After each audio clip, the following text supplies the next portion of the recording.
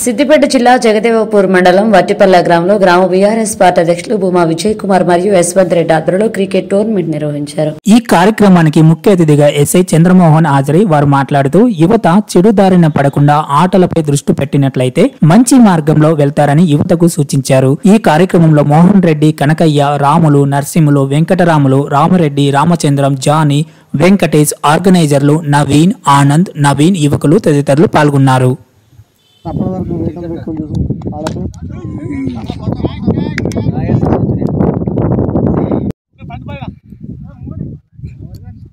వచ్చి కలుద్దామనే ఉద్దేశంతో ఇప్పుడు వచ్చినాను.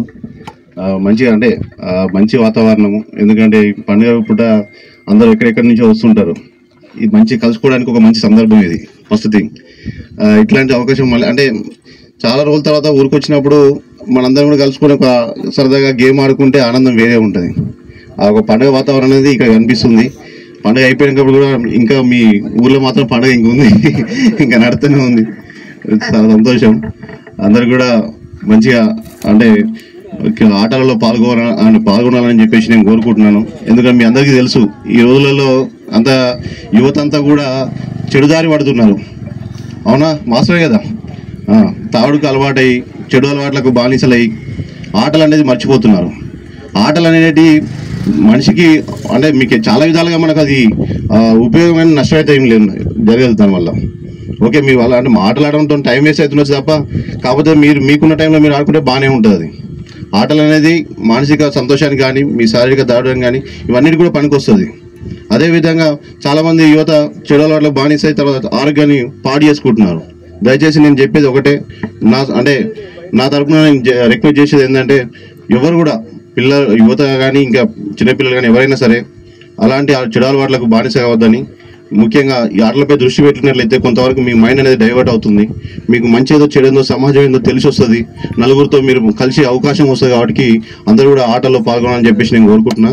అదేవిధంగా ఇంకా మన గ్రౌండ్ మందికి ఒకటి ఇబ్బంది ఉంటుంది, ఏంటంటే గ్రౌండ్స్ లేవు. ప్రతి విలేజ్లో కూడా గ్రౌండ్స్ లేక ఏంటంటే ఆడుకోవడానికి అవకాశాలు లేక ఇప్పటివరకు కూడా చాలామంది ఎదురు చూస్తున్నారు.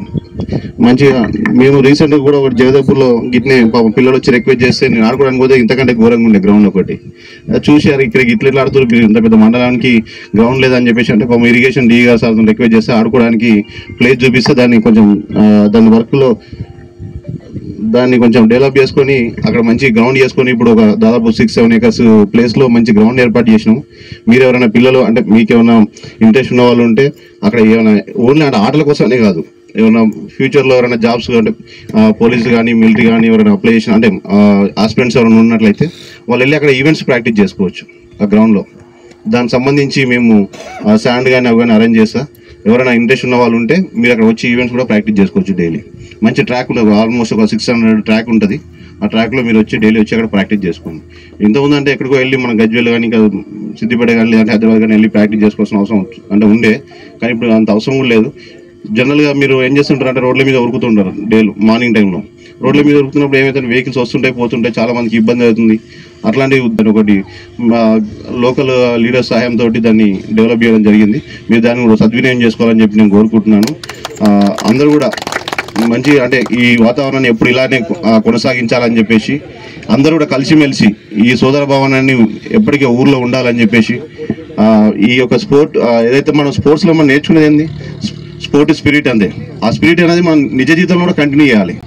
ఏదైనా మనకు కష్టం వచ్చినా నష్టం వచ్చినా ఎదుటి అన్నా కూడా దాన్ని స్పోర్ట్గా తీసుకోవాలి. మన ఆటల్లో పోవడంలో ఎలా అంటే ఉంటాయో మన జీవితంలో కూడా అంటే ఎత్తుపలాలు కూడా ఉంటాయి. వాటిని అంతే స్పోర్ట్గా తీసుకొని ముందుకెళ్ళాలి తప్ప డిగ్రేడ్ కావద్దు. ఏదో అంటే అందరూ మంచిగా ఉండి నేను ఒక్కడే చెడిపోయినా అని చెప్పేసి జనరల్గా ఏమవుతారంటే డిప్రెషన్ లోనయ్యి ఈ చెడు అలవాట్లకు బానిస అవుతుంటారు, తాగుడుకు అలవాటు అవుతుంటారు. దాన్ని స్పోర్ట్గా తీసుకున్నట్లయితే నీకు ఆలోచన అనేది రాదు. దీని ఉందిలే ఇంకా దీనికంటే పెద్దది మనం సాధించవచ్చు అనే ఆలోచన మైండ్లో ఉంటే ఆటోమేటిక్గా నువ్వు ముందుకు వెళ్ళిపోతావు. సో మైండ్లో థాట్ ఎవరు కూడా రానివద్దు. అందరూ కూడా మంచి ఆరోగ్యంగా ఉండి ఉత్సాహంగా పాల్గొనాలని చెప్పేసి కోరుకుంటున్నాను. నన్ను ఇక్కడికి ఇన్వైట్ చేసిన మీ గ్రామ పెద్దలందరూ కూడా నా హృదయపూర్వక నమస్కారాలు తెలియజేస్తూ